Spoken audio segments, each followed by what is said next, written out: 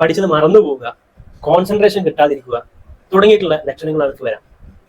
അത് ഒഴിവാക്കാൻ വേണ്ടിയിട്ട് കുറച്ച് ദിവസം മുന്നേ തന്നെ, അതായത് അവർ പഠിക്കുന്ന സമയത്ത് തന്നെ അവരുടെ രക്ഷിതാക്കൾ അവർക്ക് വേണ്ടിയിട്ട് അവരുടെ ഭക്ഷണത്തിൽ ചില മാറ്റങ്ങൾ വരുത്തേണ്ടതായിട്ടുണ്ട്. ഉദാഹരണത്തിന്, ഓർമ്മശക്തി വർദ്ധിക്കാൻ സഹായിക്കുന്ന ഒന്നാണ് omega-3 ഫാറ്റി ആസിഡ്. ഇതിന്റെ അളവ് വളരെ കൂടുതലായിട്ടുള്ള അയല, മത്തി, ചൂര തുടങ്ങിയിട്ടുള്ള മത്സ്യങ്ങൾ, walnut, flax seed, chia seeds തുടങ്ങിയ ഭക്ഷണത്തിൽ ഉൾപ്പെടുത്തി കഴിഞ്ഞാൽ കുട്ടികൾക്ക് ഓർമ്മശക്തി കൂടാൻ വേണ്ടിയിട്ട് സഹായിക്കും.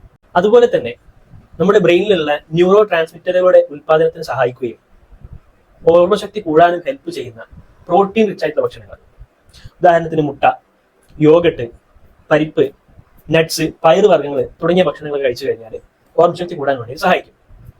അതിലേറെ പ്രധാനപ്പെട്ട ഒന്നാണ് നമ്മുടെ ദാഹജലമായിട്ടുള്ള വെള്ളം എന്നുള്ളത്.